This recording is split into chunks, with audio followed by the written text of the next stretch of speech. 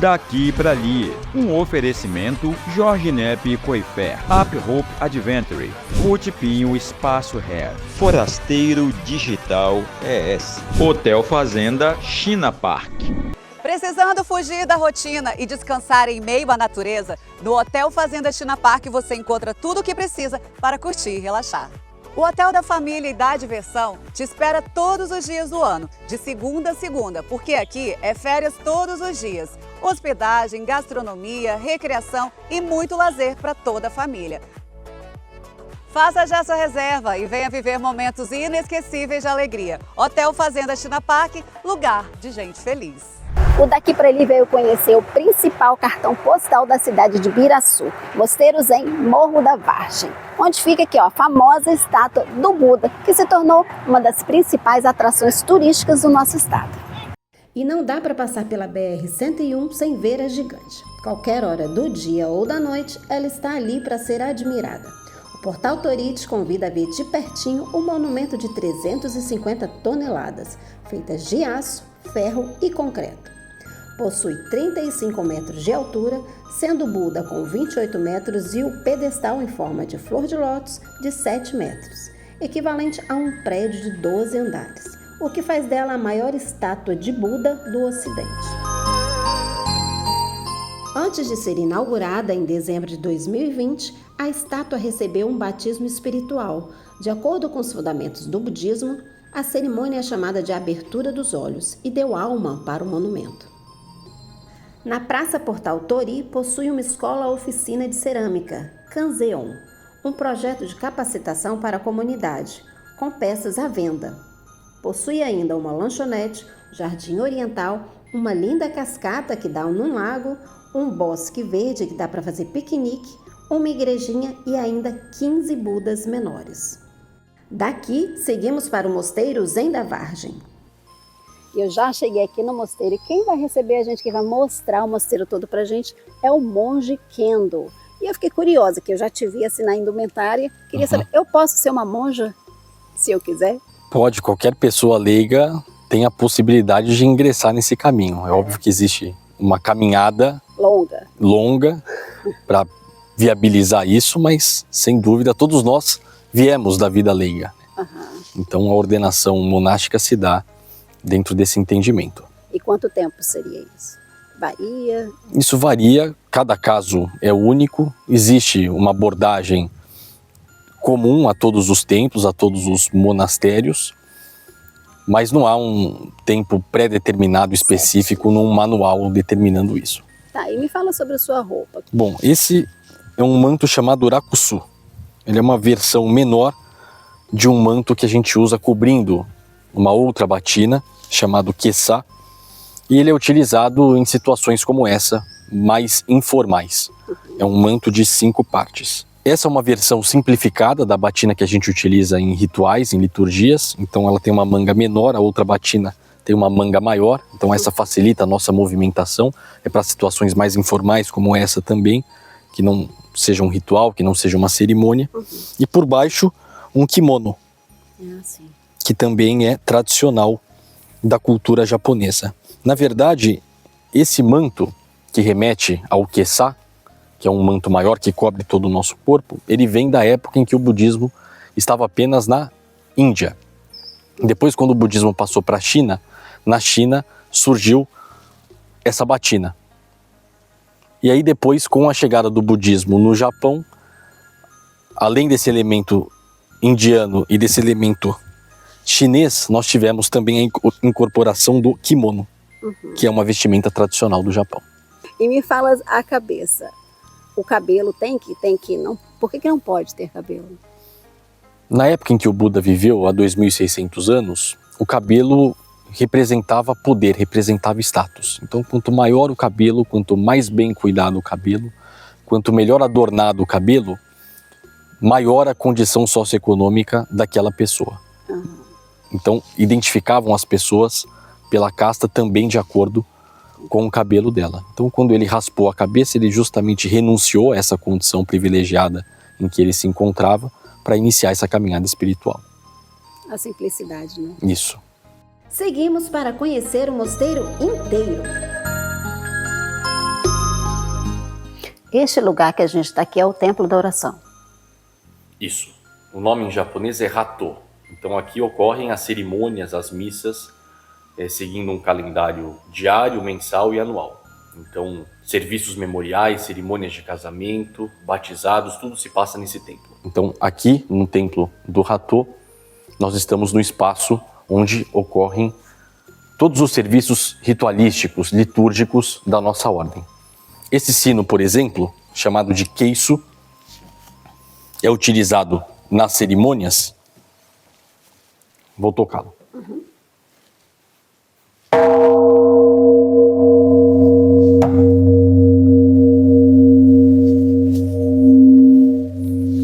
Então, ele é tocado junto à leitura dos sutras durante as missas. Então, ele é responsável por algumas marcações que determinam o andamento da cerimônia, né?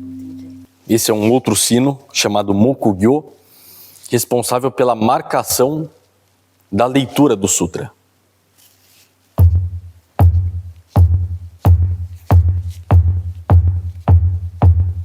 Então, quanto mais rápida a batida dele, maior, mais rápido o sutra é lido.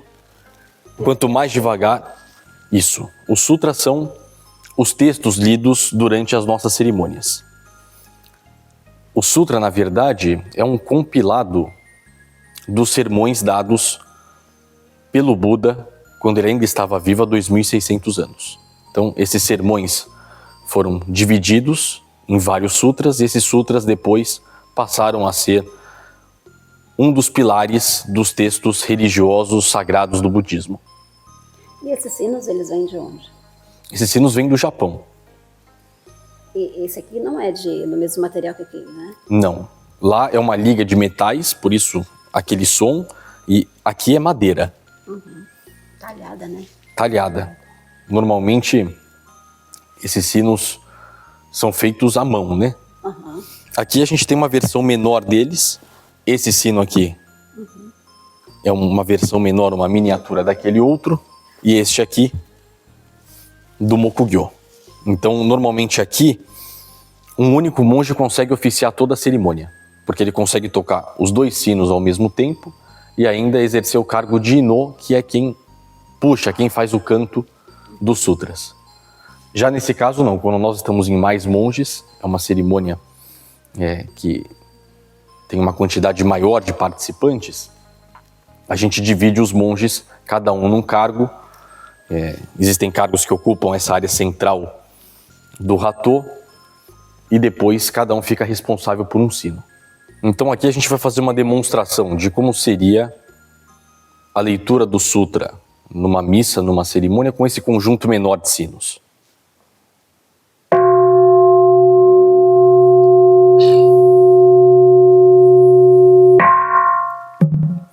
Makanyāramita shingyo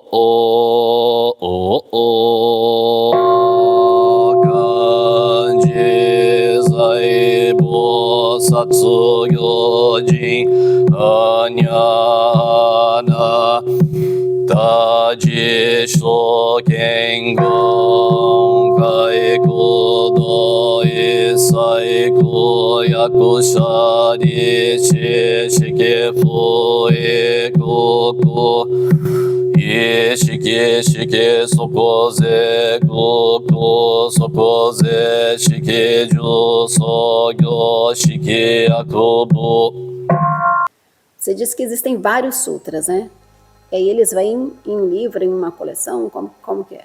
Isso, os sutras são compilados dos sermões que o Buda Shakyamuni deu há 2.600 anos. Então, após a morte dele, os seus discípulos se reuniram, relembraram essas palestras, esses sermões, e registraram no formato desses textos que nós utilizamos aqui no Hato, durante as missas, durante as cerimônias. Então, esse é apenas um dos vários livros que existem.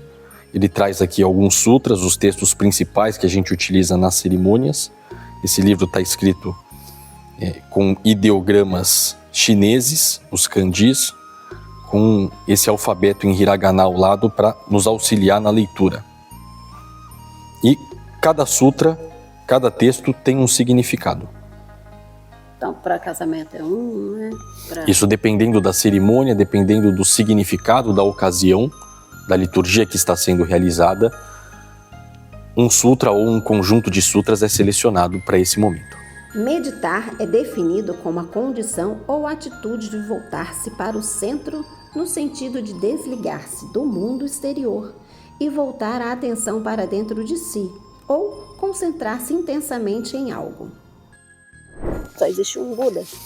Só existe um Buda histórico, que foi Buda Shakyamuni, um ser humano como a gente, que viveu como nós há 2.600 anos. Ele era herdeiro de um império, na região que hoje a gente conhece como a Índia. Ele abdicou dessa condição e iniciou essa caminhada espiritual que culminou depois com a criação do budismo.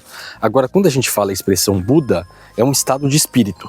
Então, existe mais de um Buda. Todos nós somos Budas. A senhora é Buda, eu sou Buda. Essa natureza original todos nós podemos acessar do ponto de vista filosófico, né? Monge, me explica qual é a filosofia do budismo. O budismo surgiu há cerca de 2.600 anos, na região que hoje a gente conhece como a Índia, como uma tradição religiosa, baseada na sabedoria e na compaixão. É um caminho que nos permite ter uma compreensão melhor a respeito de nós mesmos e da realidade.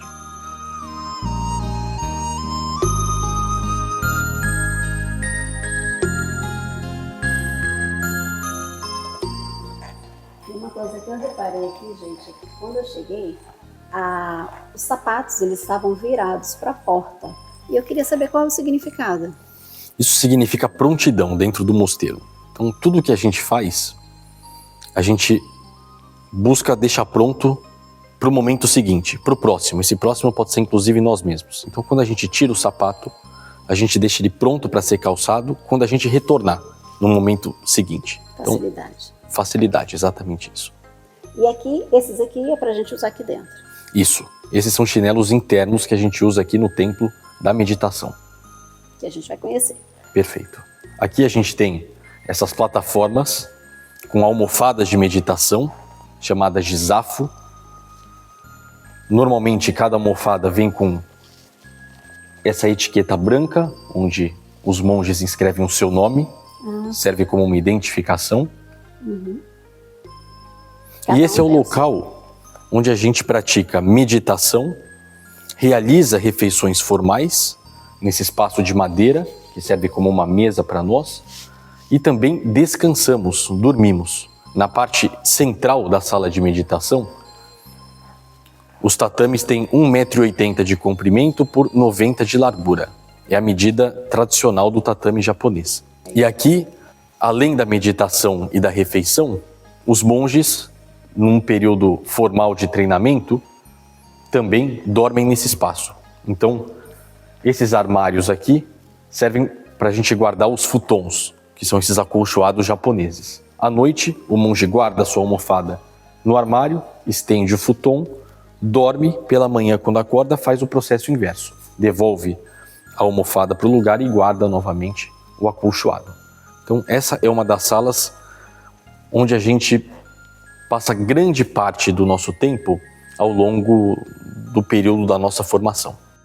Os retiros são uma oportunidade para as pessoas de qualquer religião vivenciarem a rotina de um mosteiro zen.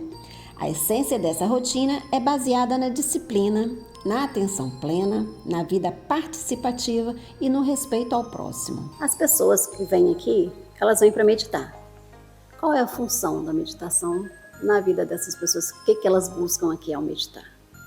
Aqui no mosteiro a gente tem duas abordagens. A gente tem uma abordagem mais espiritual, que ocorre principalmente ao longo dos retiros, que são programas organizados por nós, voltados para o público leigo, e trabalhando a meditação dentro desse viés do autoconhecimento, da melhor compreensão de si mesmo, de temas acerca da vida, da morte, da interdependência, da impermanência e assim por diante.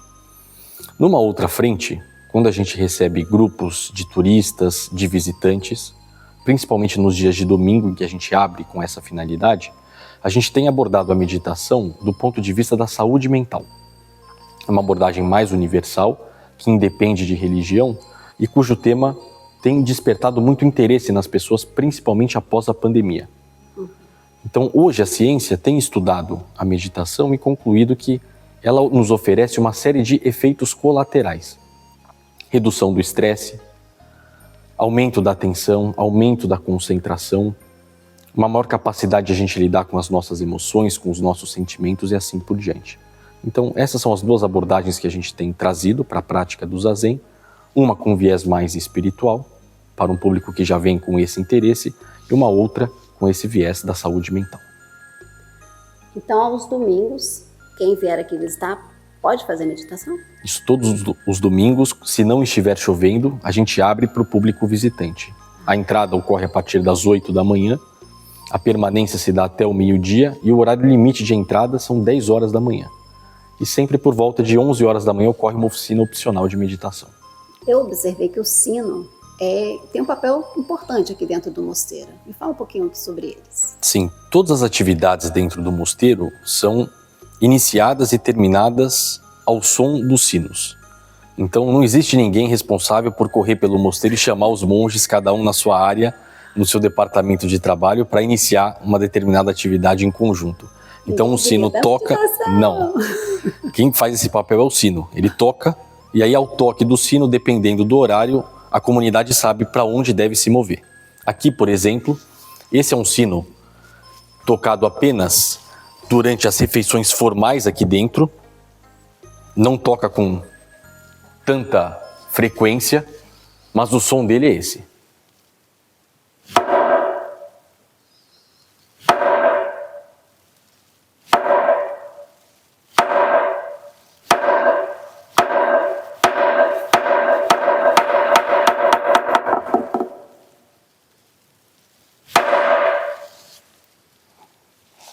Esse som é para... Esse som é tocado quando a refeição formal acontece no tempo da meditação e o departamento da cozinha está trazendo os alimentos para cá. Nesse intervalo em que os alimentos estão sendo transportados da cozinha para essa sala de meditação, esse sino é anunciado. Então quem está sentado aqui virado para a parede em meditação, mesmo sem enxergar o que está acontecendo no entorno, pelo toque do sino sabe que os alimentos nesse momento estão sendo trazidos para cá. Entendi. Mas se você tocar em outro momento, tem outro significado? Não, esse sino é tocado nesse momento. Esse outro sino aqui, por exemplo, chamado de Mopan, ou Han, em japonês, ele é tocado para anunciar que a meditação vai começar. Então, normalmente, ele toca cerca de 10 minutos antes do início da meditação. Então, esse seria o som dele.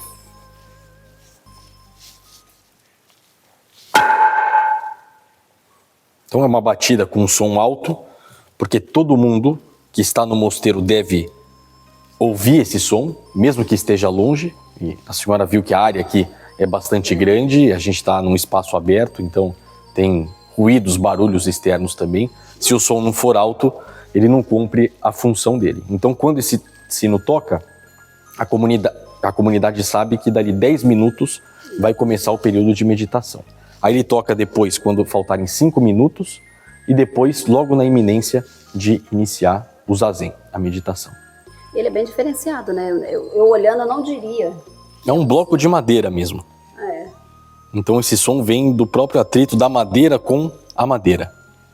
Então esse sino é chamado de taiko, é um tambor japonês. Aqui no templo da meditação, ele tem algumas funções. Uma das funções dele é marcar o horário.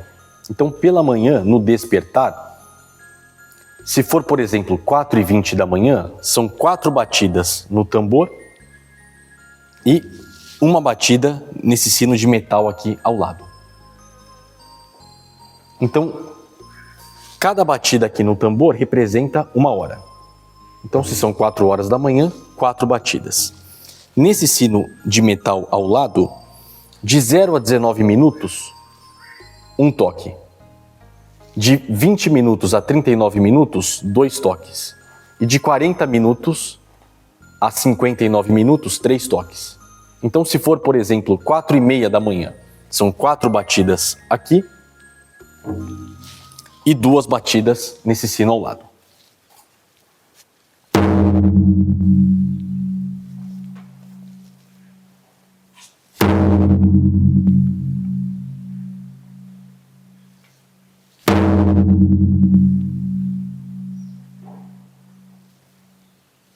Eu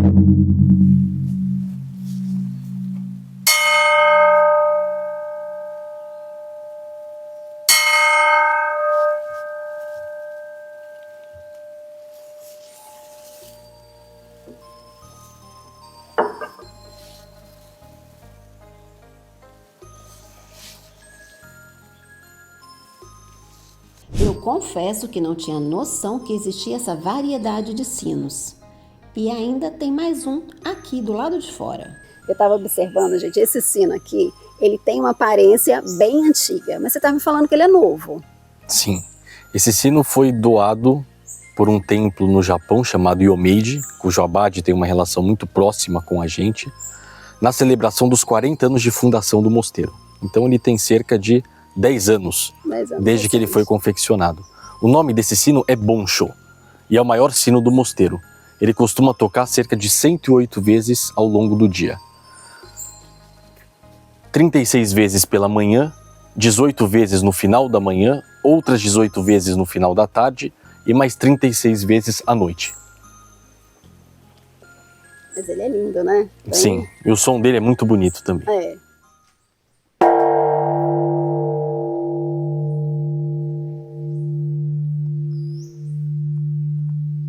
E se você acha que aqui não tem ofurô, está enganado.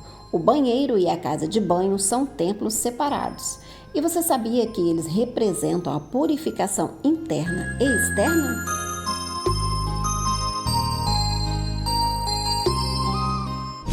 Explica pra gente a planta baixa daqui do mosteiro.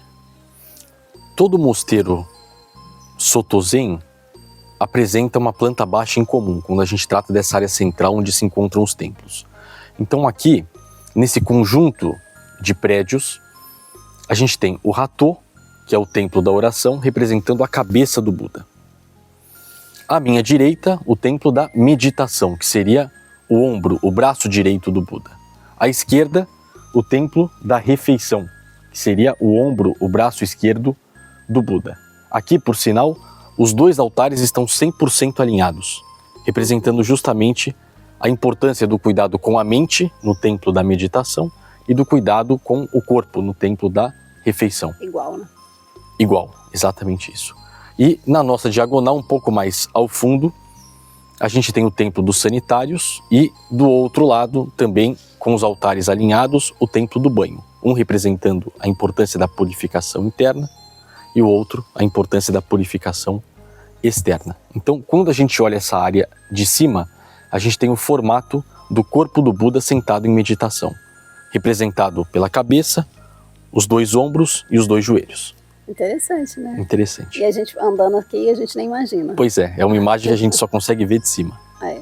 Uma charmosa ponte e um lago cheio de peixes bem no meio do mosteiro nos direciona a um outro espaço, num jardim com várias estátuas.